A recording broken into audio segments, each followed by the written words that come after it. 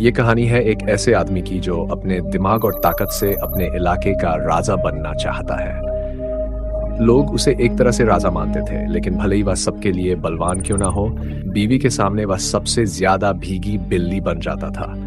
ना तो वह खुद को खुश कर पाता था और ना ही अपनी पत्नी को। इस वजह से उनका कोई बच्चा भी नहीं था। बीवी लिली किसी भी तरह एक संतान चाहती थी, लेकिन मंदार अपनी कमजोरी के कारण उसकी इच्छाओं को पूरा नहीं कर पाता था। इसी वजह से लिली दूसरी मर्दों के साथ अवैध संबंध बनाने को मजबूर हो गई। कहानी की शुरुआत में हम एक समुद्री तट देखते हैं, जहां एक मछली तड़प रही होती है। इस मछली के पीछे एक रहस्य छुपा है, जिसे हम फिल्म के बिल्कुल अंत में जान पाएंगे। मछली के पास एक लड़का अजीबोगरीब अंदाज में नाच रहा होता है। नाव पर बैठी एक बूढ़ी औरत मछली की तरफ भाला फेंक देती है, जिससे मछली मर जाती है। इस बूढ़ी औरत और लड़के के बीच गहरा संबंध है, जो हमें धीरे धीरे समझ में आता है। मछली के मरने के साथ ही दो आदमी बाइक पर सवार होकर समुद्र के किनारे से गुजरते हैं। यहाँ एक लड़का है जो डब्लू भाई नाम के आदमी के खिलाफ कुछ लोगों को भड़काने की कोशिश कर रहा है। ये लोग ठीक रहने की सलाह देते हैं।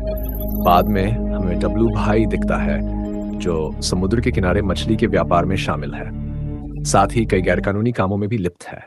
डब्लू भाई का कारोबार मदन हालदार के माध्यम से चलता है। मदन हालदार कहता है, हाँ बुलाओ, इलाके का देना है। डब्लू भाई कहता है, मैं उसे वह देने वाला नहीं हूं, इसीलिए अब तक नहीं दिया।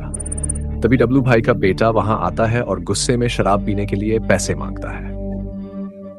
वह बहुत गर्म मिजाज का है, लेकिन अपने पिता का प्यार उसे कभी नहीं मिला। पिता हमेशा अपने कारोबार और औरतों में उलझा रहता है। डब्लू भाई के जितने भी गैर कानूनी कारोबार है, वह सब मंदार संभालता है। लेकिन मंदार शारीरिक रूप से अक्षम है, इसलिए उसकी पत्नी के साथ अक्सर झगड़े होते रहते हैं। यही वजह है कि लिली और डब्लू भाई का अवैध संबंध है। मंदार इसके बारे में चुप रहता है। बातचीत के दौरान डब्लू भाई का फोन आता है। तेरे बचपन के दोस्त के ऊपर निकल आए हैं, उसे रास्ते से हटा दे और पंखा को भी साथ ले जा। अगले दिन मंदार बांका को सारी बात बता देता है। इसके बाद हमें खाई और एक लड़के को दिखाया जाता है। जब लड़का वहां से चला जाता है, मौका अकेला रह जाता है। तभी मंदार और पंखा वहां आते हैं और मकई से कहते हैं, शराब पियेंगे? बहुत दिनों से साथ में शराब नहीं पी है, मन करता है, लेकिन बाद में मन जाता है। असल में मुखी ने उसे डब्लू भाई के खिलाफ भाषण दिया था, इसलिए डब्लू भाई ने उसे मारने की योजना बनाई थी। समंदर ले जाकर यह कोशिश की जाती है, लेकिन मरने से पहले मुखी कहता है, मंदार कितना बड़ा बेवकूफ है जो पूरे खेलपुर का राजा बनने की ताकत रखता है, पर पालतू गुलाम बना हुआ है। इसके बावजूद मंदार अपने बचपन को मारकर समुद्र में फेंक देता है। दूसरी तरफ मंचा समुद्र किनारे टहलते समय किसी लड़की की हंसी सुनता है। वह पास जाकर देखता है कि मदन बाबू की छोटी बहन कुमारी फटूश के साथ बातचीत कर रही थी। मंचा लाखों मनी को पसंद करता था, इसलिए वह गुस्से में आकर मदन बाबू को 2-4 खड़ी खोटी सुना देता है। इधर रात शहर से मंदार और बंगाल लौट रहे थे। तभी रास्ते में उनकी मुलाकात मजनू बुद्धि से होती है।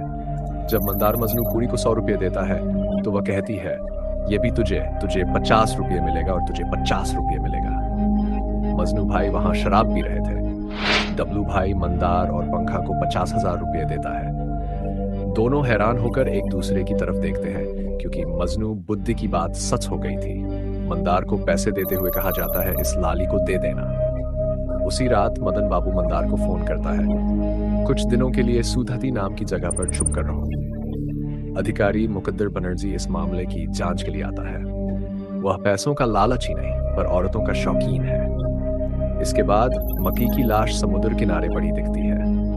मजनू बुद्धि का बेटा समुद्र में गोता लगाकर मौका की साइकिल की चाबी ढूंढ निकालता है। उधर मंदार बुरा सपना देखकर जाग जाता है।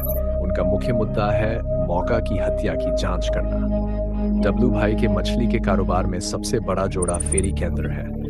मंदार खाना खा रहा होता है, तभी उसकी नजर एक पोस्ट पर पड़ती है, जिसमें कविराज हर्बल डॉक्टर का नंबर लिखा होता है। मंदार छुपाते हुए पोस्ट को निकाल लेता है, क्योंकि वह अपनी शारीरिक कमजोरी का समाधान चाहता है। मैं कारोबार संभाल लूंगा, तुमने पंख को। इसके बाद डब्लू भाई उसे वहां से भगा देता है, जिम्मेदारी सौंप देता है। पंखा ये खबर मंदार को देता है जिसे सुनकर मंदार को जोड़ा फेरी की जिम्मेदारी मिलती है।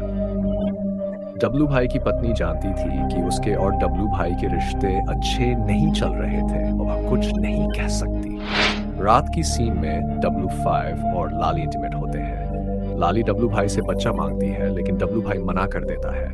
वह कहता है, मैं तुझे सब कुछ दे सकता हूँ, बस बच्चा नहीं दे सकता क्योंकि मेरी भी फैमिली है। थोड़ी देर में लाली उसे डॉक्टर से मिलने के लिए कहती है। अगले दिन वह डॉक्टर से मिलने जाता है।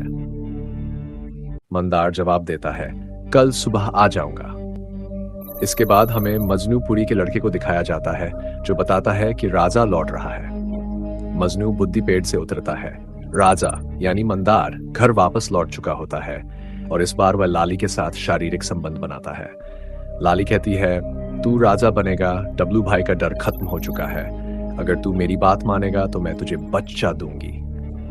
अगले सीन में मदन बाबू मणि की कुछ व्यक्तिगत वीडियो मंदार को भेजता है और कहता है, मौके की हत्या के मामले को चुनाव से पहले सभी को बता दूंगा। अगर लोग जान जाएंगे तो मनशा को कुछ नहीं। मंदार मनशा को बुलाता है, लेकिन मनशा उसकी बात नहीं मानती। डब्लू भाई कहता है, दिल्ली और मंदार एकांत में समय बिता रहे हैं। तभी पंखा आता है और मंदार को बुलाता है, लेकिन पंखा की नजर लिली पर पड़ती है, जो सिर्फ पेटीकोट पहने हुई थी। लिली पंखा को अपने प्यार में गिराने की कोशिश करती है, लेकिन पंखा अपनी नजरें नीचे कर लेता है। फिर दोनों जब डब्लू भाई के घर पहुंचते हैं तो डब्लू भाई मंदार को जिम्मेदारी सौंपता है कि वह मनशा को सूतहती के घर तक पहुंचाए। बाइक पर निकल पड़ते हैं। जब वे वहां पहुंचते हैं तो काम वाले की तबीयत खराब थी, इसलिए मंदार और मनशा उसे घर भेज देते हैं। जब मनशा अपने पिता से बात करने बाहर जाती है तो बंदर उसकी शराब की बोतल में बेहोशी की दवा मिला देता है। कुछ देर बाद मनशा शराब पीकर बेहोश हो जाती है। इस बीच मंदार बैग लेकर अपने घर की ओर निकल पड़ता है। रास्ते में उसे अपने बचपन के दोस्त मुखी की याद आती है।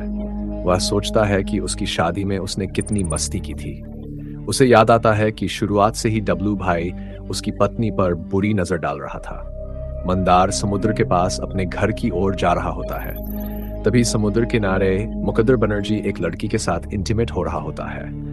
रास्ते में जब मंदार मजनूपुरी के पास से गुजरता है तो उसकी मुलाकात मजनूपुरी से होती है। उधर मंदार के घर में डब्लू भाई बेड पर सो रहा था। जब मंदार घर आता है तो वह डब्लू भाई को उसकी बीवी के साथ देख लेता है। देखते ही वह गुस्से में आ जाता है और डब्लू भाई को जान से मार देता है।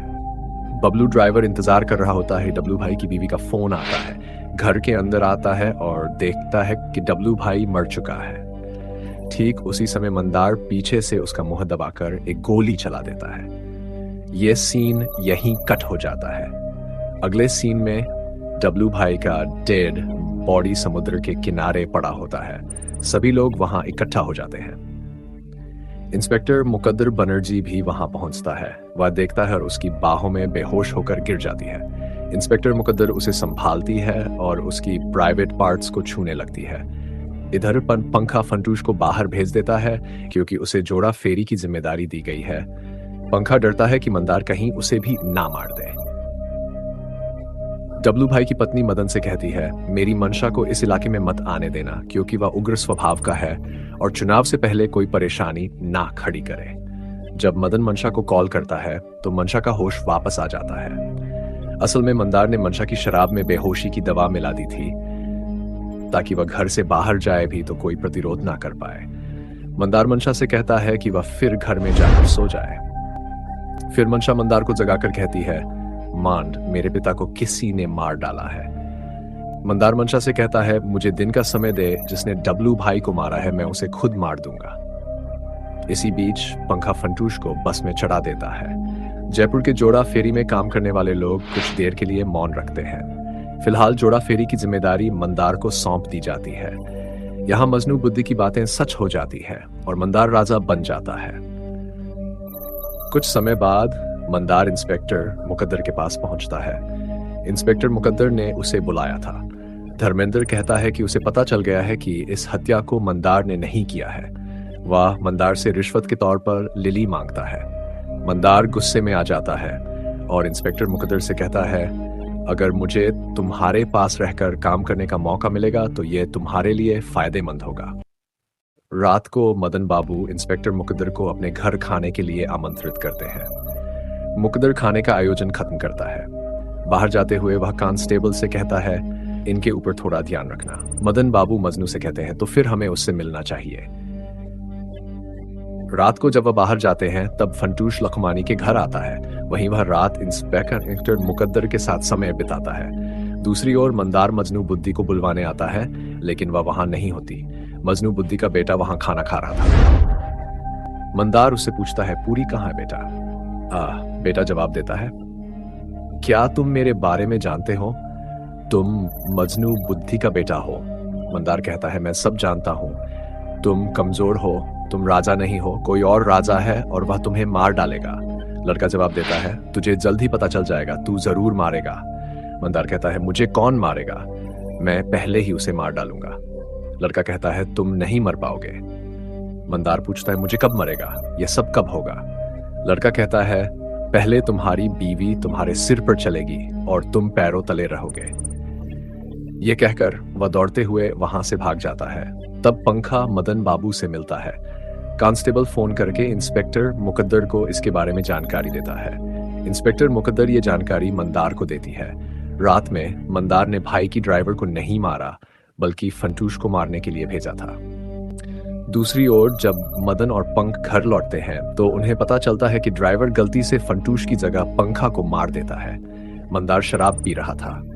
अचानक वह देखता है कि पंखा उसके सामने बैठा है। मंदार डर के मारे पानी में गिर जाता है, क्योंकि उसे पता था कि पंखा मर चुका है। असल में यह बस उसकी एक चाल थी। दूसरी ओर लिली खून से सनी चादर को धो रही थी। डब्लू भाई को मारने के बाद लाली को हेलुसिनेशन होने लगे थे, जिसमें चादर पर खून के धब्बे दिखाई दे रहे थे। अगले सीन में डब्लू भाई की पत्नी डब्लू भाई की तस्वीर देख रही होती है। वह अंगूर का फेंक देती है और वहां से क्रिस्टल ले लेती है। मंदार के पास आता है तो वह देखता है कि मंदार बेहोश पड़ा हुआ है। ड्राइवर मंदार की आंखों में पानी डालता है।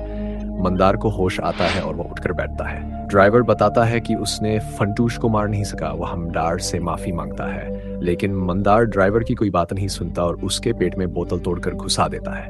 ड्राइवर वहीं पर मर जाता। घर के नौकर बताते हैं कि दिन में मंदार की बातें सुनकर ड्राइवर गया था। यह सुनकर नौकर रोने लगते हैं और सब समझ जाते हैं कि मंदार ने डब्लू भाई को नहीं मारा।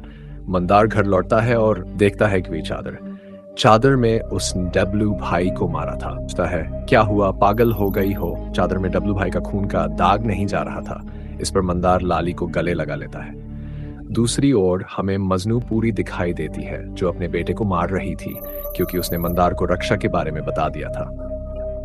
जब लड़का वहां से चला जाता है तो मजनू बुद्धि कहती है, इंसान से दूर रहना चाहिए। कब इंसान खो जाए कौन जानता है। सभी इंसानों को भूख का ही दोष है। मूर्ख इंसान राक्षस आ जाए। दूसरी ओर मंदार अपनी पत्नी से बात करता है, जल्दी से खाना लो, बहुत सारा लव कबाब बनाया है। मंदार उसे गले लगा लेता है। लाली मटन लेने चली जाती है। डब्लू भाई की पत्नी लाली को मारने पिस्टल लेकर मंदार के घर आती है। वह पिस्टल निकालती है, लेकिन मंदार उसे पकड़ लेता है और उसके साथ जबरदस्ती करता है। इतने दिनों तक डब्लू भाई ने मंदार की पत्नी के साथ मजा लिया था और अब मंदार उसकी पत्नी के साथ बदला लेता है। मजनूपुरी का लड़का ये देखता है और जोर जोर से हंसने लगता है। मंदार उसे भगाने के लिए उठता है और देखता है कि उसकी दर खड़ी है। वह कहती है कि 2 बजे आने के लिए। घर पर कोई नहीं है। मंदार दोपहर का भोजन करता है और सो जाता है, जिस पर डब्लू भाई का खून लगी हुई थी। मंदार अपने सपनों में मरे हुए लोगों को देखता है, जिससे उसकी नींद टूट जाती है, लेकिन वह कहीं नहीं मिलती। तभी उसे घर के बाहर एक लड़का दिखाई देता है जो उस पर हंस रहा था। मंदार गुस्से में आकर उसके पीछे जाता है। वह देखता है कि नाव में एक लकड़ी पर दिल्ली की लाश लटक रही है। इसे देखकर मंदार का होश उड़ जाता है। दूसरी ओर इंस्पेक्टर मुकद्दर लखमानी के पास आती है। मुकद्दर कपड़े उतारकर शारीरिक संबंध बनाने के लिए रेडी हो ही रही होती है। तभी पीछे से मदन बाबू और संतोष उसकी वीडियो बना लेते हैं। फिर उसे वीडियो से मुकद्दर को ब्लैकमेल किया जाता है और उसे मंदार को बुलाने के लिए कहा जाता है। असल में यह सब मदन बाबू और संतोष का प्लान था। उन्होंने इंस्पेक्टर मुकद्दर को फंसा दिया। दूसरी ओर मंदार लड़के को पकड़ लेता है और पूछता है, मुझे कौन मारेगा? लड़का हंसता है। गुस्से में आकर मंदार लड़के के गले में रस्सी डाल देता है और उसे पेड़ से लटका देता है। तभी मजनू बुद्धि लकड़ी लेकर आती है और देखती है कि उसका बेटा रस्सी से लटका हुआ है।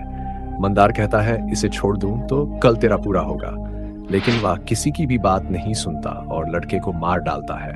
लड़का इंसान नहीं, राक्षस था। दूसरी ओर डब्लू भाई की पत्नी अपने शरीर को धो रही थी। मजा अपनी मां की सफेद साड़ी लेकर आता है। मंदार लड़के की लाश लेकर समुद्र के किनारे आता है। वह देखता है कि नाव पर 2 बच्चे बैठे हैं जिनके साथ लाली है। मंदार खुशी से उन्हें देखता है और लाली से बात करने लगता है। असल में वह लाली नहीं थी, बल्कि मंदार कल्पना कर रहा था। तभी मनशा आकर उसे रोकने लगती है, लेकिन वह ज्यादा कुछ नहीं कर पाती। तभी पीछे से कोई भाला फेंकता है जो मंदार के गले में घुस जाता है और उसे मार देता है। ये मौत ठीक उसी तरह होती है जैसे फिल्म की शुरुआत में मछली को मारते हुए देखा गया था। तब भी मजनू बुद्धि ने भाला फेंका था और अब भी यही हुआ। इसी के साथ कहानी यहीं खत्म होती है। तो दोस्तों, कैसी लगी आपको यह कहानी? उम्मीद करता हूं कि आपको यह कहानी पसंद आई होगी। मिलते हैं एक और अनोखी कहानी के साथ। अगर यह कहानी पसंद आई हो तो चैनल को लाइक करें, सब्सक्राइब करें और कमेंट में बताएं कि अगली कहानी किस मूवी पर चाहिए।